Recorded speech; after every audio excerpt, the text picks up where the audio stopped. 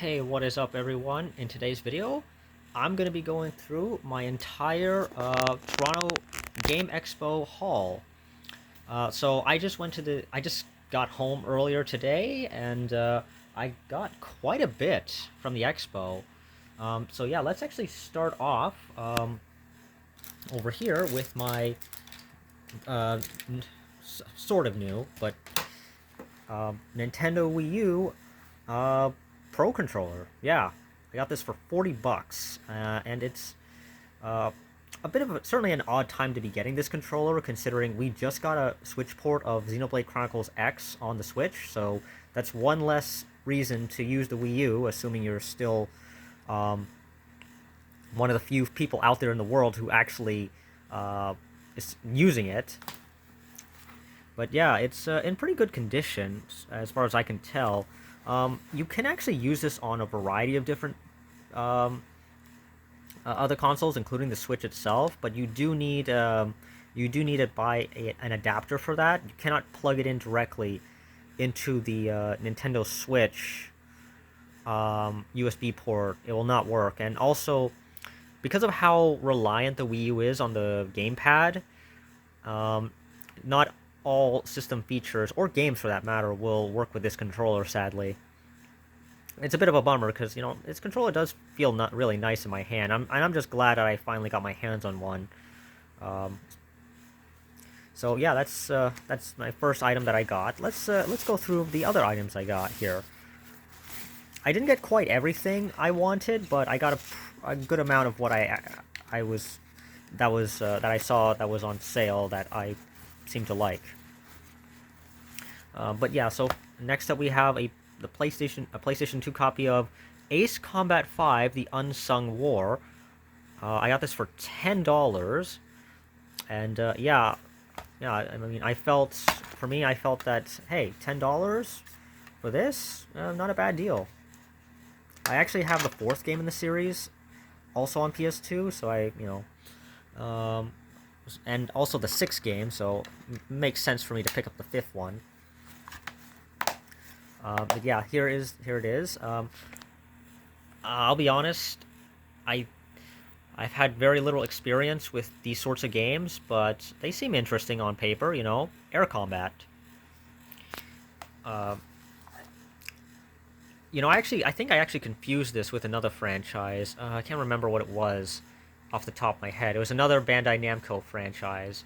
Oh, yes, Armor Core, Armor Core. Yeah, I kind of confused this game with the Armor Core franchise, uh, because they, same subtitle, same initials, AC, as in Ace Combat, and AC for Armor Core, but whatever.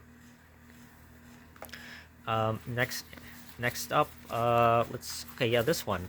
This is a franchise that unfortunately has kind of been abandoned by Sony. SOCOM U.S. Navy SEALs Combined Assault. Yeah, so this is part of the larger SOCOM series, which started and died on the PS3, sadly. Didn't even make it to the PS4. But yeah, this is a third-person tactical shooter. And oh, it also has some crosstalk feature with the PSP games, which was pretty neat.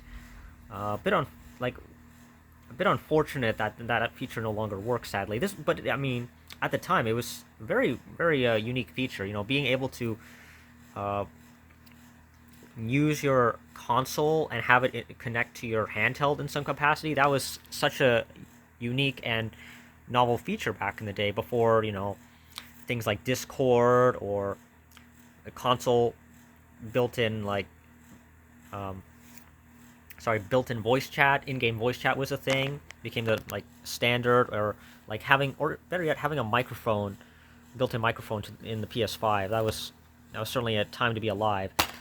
So yeah, I got this as part of a 2 for 5 deal. I didn't see. I wasn't sure how much they were gonna charge me just for this one game. So I ended up picking this and another game, which I will show in a moment. So here's the game disc. It even comes with a manual. Game disc looks pretty good. But yeah, it's the manual. Yeah, remember when game manuals actually were a thing? So looks pretty good. Actually, you know what? Let's see if there's any advertisements, because usually these things always came with advertisements for other games. And there we go. Yeah, there we go. We had an advertisement here for SOCOM US Navy SEALs Fireteam Bravo 2, which was also which was also promoted on the back of the back of the box. But yeah, the PSP games, I am hoping that I'm hoping at the very least the PSP games make it over to PS Plus at some point. Since Sony has been bringing back a lot of PSP games that you would never otherwise expect. We also have this thing, PlayStation Underground, which was a thing back then. Yeah, this is, I guess, the PlayStation equivalent to like Club Nintendo back in those days, or the My Nintendo Rewards program. I'm not, I can't, I don't know, I for sure, but I assume it's something similar. A pity the online multiplayer doesn't work, but hey, there are people who do mod there's who have, I'm sure, have their own like private servers up and running on a modded PS2. I'm willing to bet that's the case. I would have. It certainly is a bit disappointing that I never got in on the online multiplayer for the PS2, or the fact that they shut it down. It's a shame because the idea of having free online multiplayer was just so, or the idea back then of being able to play with people across the world and being able to talk with them was such an awesome feature. That has now become like the standard in the world. Next up, I have here a copy of Lego Star Wars: The Force Awakens for $10. The primary reason I'm picking this up is because when it came to the handheld games, the handheld versions of Lego games, they were always very different to the console games. And this was actually the last one released on the 3DS, and the last one, I believe, that was very unique by extension, because after that, when the Nintendo Switch became prevalent, they opted not to release any more of these for the 3DS, since they could just get the full-fat version on the Switch. And I think they banned, this game also got like a mobile version as well, which was interesting. Towards like the 3DS had it very weird, because when it first started, it was just based on like the DS and PSP version, I think, and then they started using the mobile version, or something like that. There are plenty of other videos on YouTube where other people go into it that I've seen that really go in depth about the 3DS era of like the Lego games. So I'd rather you guys watch that. I'd rather you guys go watch that instead of me trying to clumsily explain it. But yeah, this is Lego Star Wars: The Force Awakens on 3DS.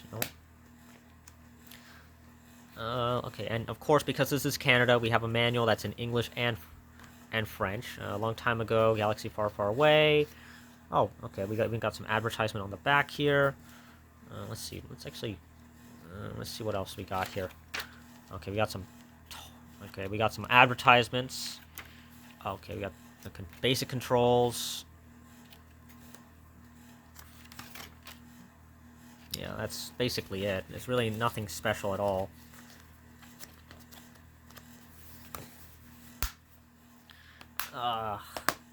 Okay.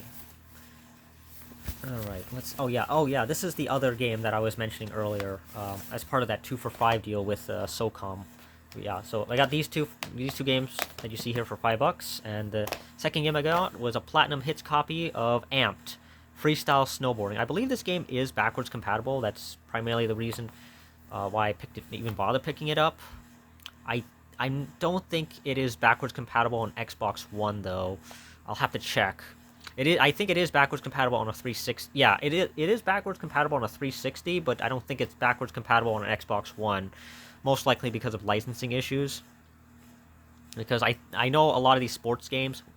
When it comes to the sports games, like when they use licensed music that belongs to a band or something, it makes it very hard for the game to get a release in the future.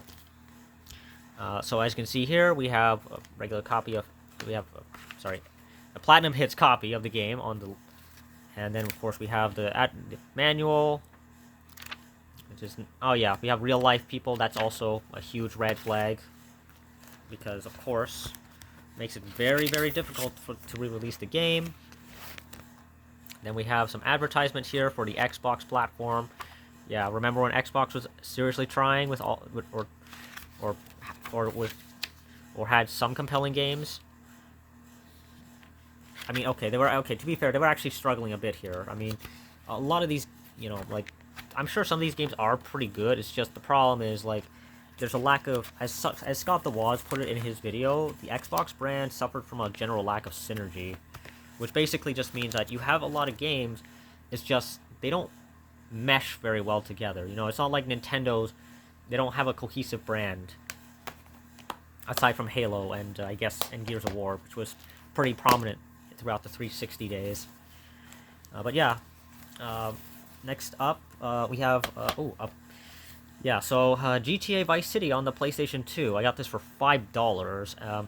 The reason why I ended up picking up this was because, well, instead of just having, like, an actual box copy that has the original manual, the original case and manual, is simply because, I was already spending a lot of money, so I decided to just pick up the cheapest copy I could find, which was $5.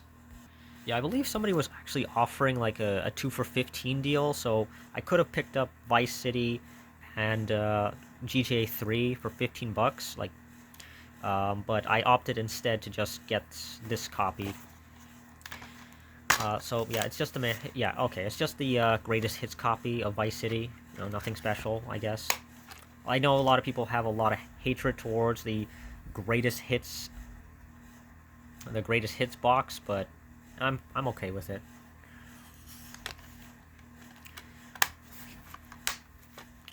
Now I am curious as to where this box originally came from. Yeah, well, made in the U.S. Okay, okay, that doesn't really tell me anything. Like, what's the original retailer? But yeah, I got Vice City, and it is technically still one of the best ways to play the game, aside from Xbox, because unfortunately, the Definitive Edition is missing some music tracks, to say the least. Billie Jeans by Michael Jackson is not in the game, sadly, in the Definitive Edition, that is. So yeah, this is like the only way to enjoy Michael Jackson's Billie Jeans. Because unfortunately they weren't willing to pay. Either they weren't able to get the license, or they weren't willing to pay for it, or both. But yeah, that's yeah, I'm gonna be having some fun with that. Oh, okay, this one's this one I got because this was a childhood game, Mario and Sonic at the London 2012 or 2012 Olympic Games. Yeah, this is one of the first 3DS games I got back in the day. I got this, and like, I think I got this for like $35 back then, but I got this for 10, which, yeah, there's the price right there. This is a game that I was really, really looking forward to. I had a lot of fun with this. Not as much fun as the Winter Games, though, on DS, but hey, I really liked the visuals back then. This game looked great on 3DS, especially with the 3D. It looked almost on par with the Wii game, and, the story mode was interesting, to say the very least. Kind of wish they went for full voice acting, but oh well. And I also wish the events weren't just simple mini games, or the fact you could only play as only 4 characters, as opposed to like the DS games where you could play as pretty much everyone. Like, it's pretty obvious that this game they just simply didn't want to probably just didn't have the budget for it, I guess. Must have been a budget constraint, because they could have very much just had it like the Wii version, where every character is playable in every event. But yeah, $10. I actually lost the opportunity to get the Beijing Olympics on Wii. I saw that for $10, but I passed up on it initially because I thought that I already had it. I didn't, and when I tried finding it, it was gone. So I missed out on that, sadly. But yeah, I got the London Games now. It's a shame that the Mario and Sonic, the Olympic series, is gone now, because apparently the International Olympic Committee is no longer interested in these games and would rather just invest in crypto or something. I don't know. Okay, next up. Oh, yeah, okay, I got a bag here. Also for 10 bucks. I got here, 4 games for 10. This is a pretty good deal. Really good deal, I should say. I just wish, the only thing that would have made it better is if it actually had they had cases. But oh well. Still an excellent deal. Lego Battle Ninjagos. Never got into Ninjagos, so I have no idea what this is going to be like or whether it's even good. Lego Star Wars: A Complete Saga. This was a childhood game of mine. I really, really like this one. I almost 100% completed it, but I didn't. I got pretty close though. And I will say, for a DS game, this is a very, very impressive port. Um, it's obviously much more scaled down, but it still works. It's still a really fun game. Definitely one of the best. Lego Batman. You know, I never got into this game as a kid, or you know, or Lego Batman in general, except the sequel. You know, I think Lego Batman 2 is a really, really great game. It was actually the first game that had voice acting, whereas the first Lego Batman game did not, which was common back then. But in the case of the first Lego Batman game, I had a hard time getting into this, but specifically the console version, even up until recently. I don't know. I think it's because Lego Batman 2 was just so much better. Well, for starters, A, it has voice acting, and B, well, yeah, it's primarily just the voice acting, and the fact that it has a better story. Like, Lego Batman, the video game, it's just you going and stopping villains, all of Batman's rogues gallery, and that's it. I never actually really played the DS version, either, of this game, so, yeah. Hopefully I will enjoy it this time. And then this game, unfortunately, I don't think I'm going to enjoy. This is actually the game that I'm probably going to enjoy the least, but I still got it anyways, just for the sake of collection purposes. Lego Marvel Superheroes Universe in Peril. I think this is one of the very last... Yeah, this is one of the last Lego games released on the DS. It also got ported onto, like, the 3DS and I think the Vita as well. Yeah, this game sucks, apparently. I tried the demo for this many, many years ago, and I didn't really like it. First of all, there's a time limit for some reason, and the game also features this isometric view, so everything looks weird. Yeah, it's like a very watered-down version, just not very good, from what I heard. I mean, hey, for 10 bucks, you can't beat that. Next up, okay, this one's a really good deal I got. Lego Ninjago Shadow of Ronin. I heard this one's actually a really good game. I got this for just $2. $2. Of course, this is based on Lego Ninjago, which, yeah, but it's not a direct sequel to this game. I think it's actually the third game, because there was another game on 3DS as well, but I heard that one wasn't all that great, but I heard this one's really good. But again, not really familiar with Lego Ninjago. Hopefully this game changes my mind on that. But yeah, here's the inside. Here's the cartridge, and also the instruction booklets, which for some, yeah, and here we have some advertisement as well for the toys. Let's see here. We got, yeah, it's nothing. Oh, okay. There's actually some writing in here. Now, if I understand correctly, the cutscenes in this game are taken right from the TV show, and they actually redubbed all of the characters' lines with new voice actors.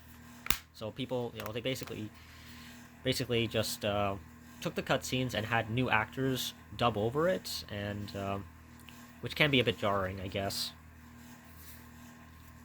But yeah, I heard it's one of the better games, and interestingly enough, I think this was like a 3DS exclusive, or at the very least a handheld exclusive, because for some reason, actually, yeah, like, I don't know, like, for as popular as Lego Ninjago was, I never got into it. It has its fans. It got, like, I think 8 seasons, the TV series, that is, and it even got, like, a full-length movie, but the full-length movie, apparently, yeah, it kind of killed the whole Lego Movie franchise, sort of, because it did not do very well. But yeah, it, hopefully this game ends up. Hopefully I end up at the very least liking the game. We'll see. Okay, next up we have this one. We have a copy of Call of Duty 4 Modern Warfare Game of the Year Edition, which I got for a measly $1 on PlayStation 3. So, interesting story. I actually got this game many years ago, almost 10 years ago actually, on PS3, and for some reason, I could never get the online to work for this. I don't know, it was kind of bugged. The Game of the Year Edition copy was bugged or something, and I just couldn't load into a lobby. It just wouldn't work. And yeah, I kind of just gave up, which is a shame because the multiplayer is actually still. I mean, the multiplayer is fun and it's still active to this very day because there are people still playing online since PS3 online multiplayer is free. Hopefully it does work this time. Plus, this game, being the Game of the Year edition, also comes with all the DLC map packs. Sorry, all the DLC maps. So yeah, I don't have. So it's not like Modern Warfare Remastered where you have to pay for that map pack. No, it's the variety map pack is included on the disc. Yeah, remember that when they actually did that? I miss those days. But yeah, the only thing that would have made this an even more amazing deal is if it actually came in a case. But for $1, you can't go wrong. Next up, okay. Oh, okay. Let's see what this one. Ah, yes, this one. Lego Chima Laval's Journey on Nintendo DS. I remember. Okay, just to be clear here. So I actually did use one of those R4 flashcards, or as a kid. So yeah, I did. I was one of those kids that used them, those flashcards, to just get like ROMs of DS games and play them on my DS. And yeah, this was one of those games. I only played it for a bit, and I have no idea what this is all about. I remember actually playing this, and I noticed, oh wait, this game has cutscenes. That's cool, but then I guess I just couldn't get into it or whatever because I ended up giving up very quickly, and yeah. I got this for $8.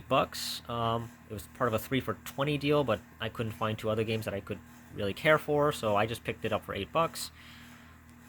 I don't really know anything about this, but it looks interesting. I think this is actually okay. When was this released? Yeah, this is like I said about Lego Marvel Superheroes Universe in Peril. This is one of the last games released. One of the last Lego games released on DS. They gave up on the DS, like they gave up on the Nintendo DS like within like 3 years. Like after 2014, that was it. Like the last game they ever released, I think, was Big Hero 6, which was also a 3DS game. And there's also that Frozen game as well. So yeah, here's the cartridge, and there's the manual, and a couple other games I got as well, which I'll get to in a minute.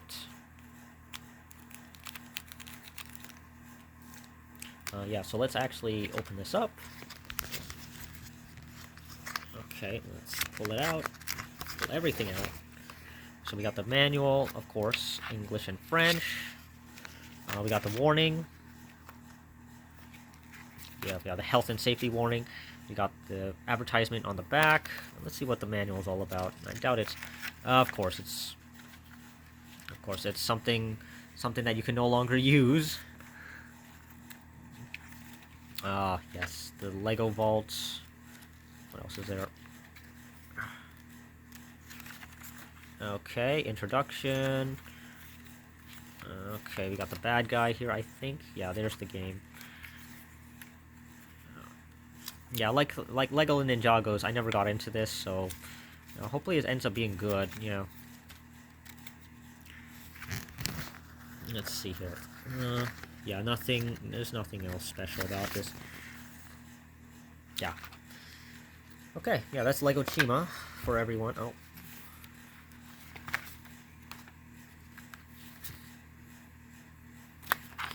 Let's put this back.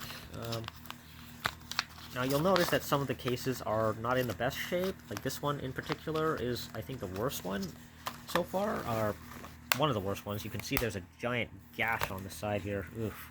But, you know, that's pretty inconsequential, all things considered. I'm just glad I even have a case.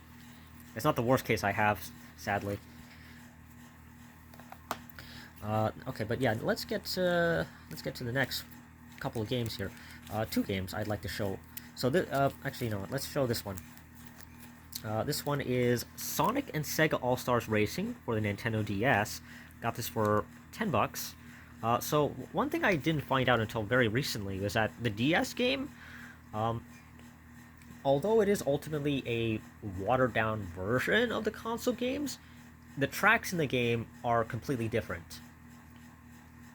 Or the layout of the tracks are completely different, and also the music's different, slightly different. They use like a lower quality version of the music, like the song Supersonic Racing from Sonic R is in the game, in the console version, and in the DS version it's missing the lyrics. And yeah, generally like the songs sound very different, like kind of like how Sonic 4 on Wii sounded differently compared to the other versions because the Wii was significantly weaker and they had to compress the sound and all that. But yeah, I'm picking this up because it's $10, and hey, you know, Sonic and Sega All Stars Racing is objectively a good game, and I did actually play this a bit as a kid on my R4 card, so might as well just get this just to have a legit copy, you know. And then I have here a Sony PS Vita memory card, a 4GB one, which I also got for $10. I'm picking this up because these things are very hard to come by. So, you know, might as well get it. I actually saw somebody else selling a 32GB one. He offered it for like $30 to me personally, but I was like, I already got this 4GB one. Thanks, but if I had actually ran into that guy first, I would have bought that 32GB for sure. But oh well.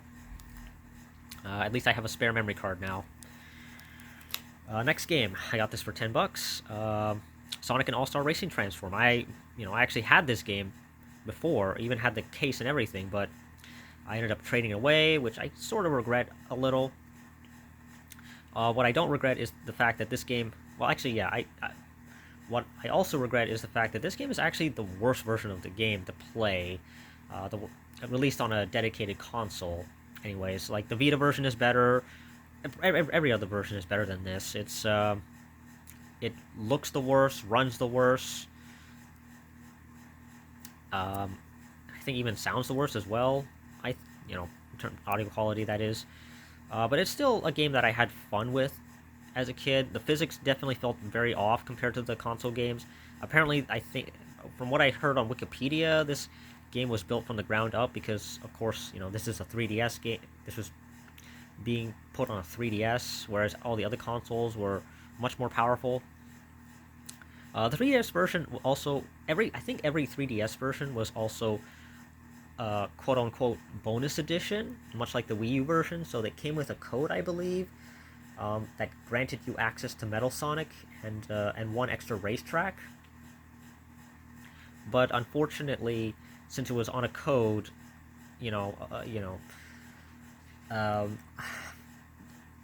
that's if you got it used, then essentially you're screwed. And since the eShop is down, you can't even get I don't think. Yeah, no, actually, no. You know what?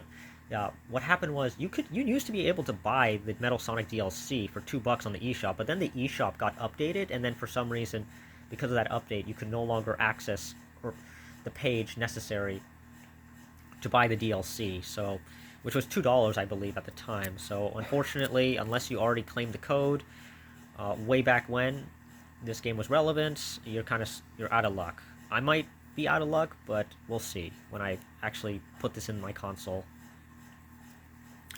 But yeah, that's Sonic and All-Star Racing Transform. It's a really great game, and I'm really looking forward to Sonic Racing Crossworlds. Yes. Okay, I have something else here. Oh, yeah. So I have here, this was given to me as a, somebody just gave it to me for free. It's Sandaconda? Yeah, it's free. Yeah, it's a they were just it was an EB Games promo card. You can even see it right there. Yeah, EB Games not doing so well these days, sadly. They have to rely on the anime merch now. Okay, I think this is actually the... Oh, no, wait, hang on a second. I got an amiibo here. Yes, I do. Okay, yeah, so... Probably should have shown this one first. Yeah, I got Zero Suit Samus for 15 bucks. Yeah. Yeah. I don't think I have to explain myself, but I do regret actually not picking this up earlier, because there was a time when amiibo started to wane, or Toys to Life started waning in popularity, so they were trying to get rid of these, and I remember this one was like, at one point, $7.96 at Walmart. $7.96 at Walmart, but I didn't pick it up, sadly, because I was I didn't have a job back then. I was still in high school, so... And plus, come on, do I really have to explain myself on why it would be a problem to buy this back then? As a teenager? Of course. But yeah, now I've got it in my collection. So there it is. I think this is actually the final one. Hopefully it is, because I don't want to have to re-edit this video. This is actually probably the best deal I got today. That is Sonic Riders on the PlayStation 2. So Sonic Riders was a game released at the tail end of the the tail end of the 6th generation of consoles. So, and it was to commemorate. So of course it got released on PS2, GameCube, and Xbox, but because of course it released. I remember it released in the beginning of 2006, and of course, the next gen systems were not out yet, so of course they did not get releases on those systems. But as a kid, I of course, I modded my Wii, and I played the GameCube version on it, and I remember having a lot of trouble with the game's mechanics, especially the air mechanic, where you have to go around and get air. Otherwise, if you run out of air, then you basically have to run on foot for a while until you get more air and all that. This game gave me a hard time back then, but apparently this has become a bit of a cult classic now of sorts. It has a cult following because it is probably the best of the Sonic Riders series. We'll see how that holds up now that Sonic Racing Crossworlds has been announced. But yeah, this is technically considered the best Riders game, especially since Zero Gravity kind of simplified things, while Sonic Free Riders was just a bad game in general. And yeah, I got the PS2 copy here because it was actually the cheapest one I could find. Like, the GameCube version was, and I think GameCube and Xbox version I saw, but they were very expensive. I actually got lucky with this one. So it says it's 25 bucks, but I managed to negotiate and get it for 20. So yeah, it was meant to celebrate Sonic's 15th anniversary, probably the best thing that came out for his anniversary since Sonic 06, Sonic the Hedgehog Genesis, and I think Sonic Rivals. I think Sonic Rivals actually came out that same year, but this is objectively probably the better one, the better thing that came out. And now that I think about it, I actually do have Zero Gravity on PS2 as well, so it works. Yeah, so you can see here 1 to 2 players, memory card, analog control, vibration function, pressure sensitive, multi-tap, progressive scan, which is a nice feature to always have. But yeah, the thing you should know about Sonic games is that during the PS2 era, the PS2 version, the 6th generation, the PS2 versions were always the worst version. So Sonic Heroes, Shadow the Hedgehog, and Sonic Riders, and Sonic Riders Zero Gravity, these were like the worst versions because they ran at like half the frame rate, and they struggled to maintain that 30 frames per second as opposed to the 60 frames on other consoles, and they just looked quite worse than the other versions, from what I heard, or at least from what I've seen on YouTube anyways. But hey, it's not the most compromised versions I've ever seen of a Sonic game. That would go to like the Sonic games on Switch, more specifically Sonic Frontiers. But that's a topic for another day. If you look inside, I think I have something else. Okay, yeah. Okay, I got a, um, uh, you know what? Yeah, I got a free Pokemon card. They were just giving them out. I got Bulbasaur, so I just happened to put it in here. But yeah, here's Sonic Riders. Here's a really nice case. I don't know. Something about I really like Sonic's design in this one. I don't know. Maybe it's just the blue, the sunglasses. It just looks really nice on. I, and I hope this design, we can customize the characters to make them look like that. I know there are mods and all, but it's not the same. And oh, look, Shadow the Hedgehog, of course. Yeah, yeah. Oh yeah, I forgot. Yeah, this game came out several months before Sonic Riders came out. Hero or villain, you decide. Available now. Yeah, you know, funny thing is, if you actually picked the villain side of this game, like even though that even you know, technically if you ended up being the villain, you know, if you decided not to go for the canonical ending and just were happy with Shadow being evil, uh, Sonic Rivals, Sonic Riders, sorry, technically doesn't even happen. Yeah, here's the manual. Uh, yeah, this is actually really nice because unfortunately my copy of Zero Gravity does not come with a manual, so it's always nice to have. But yeah, this game it has a bit of a steep learning curve, but when you get into it, it can be very fun. And of course, I am a Sonic fan, so yeah, I just have to have this in my collection. But yeah. Wow, we're 36 minutes into the video, and we're finally done. What you see before you is my entire haul for the day. I spent quite a bit, but and well, I spent quite a bit on this, but I also spent quite a bit just to get in. Costed me around $40 just for the entrance alone, plus the cost of transit. So yeah, probably around 200 bucks I spent. But you know what? Had a good time. I actually wish I had more time. You know, I could have gone a couple more things, but oh well. I already spent enough money as is. But yeah, if you stuck around for the whole 37 minutes in counting, thank you. And you know, I really hope that I can continue to make these videos in the future, and because I really do like making these sorts of videos where I just take a bunch of games that I've collected and tell you all about them, or games I bought recently and talk about them a bit, and you know, give my personal thoughts on them. But yeah, that's the end of the video. As always, like, comment, and subscribe, and I will see you next time.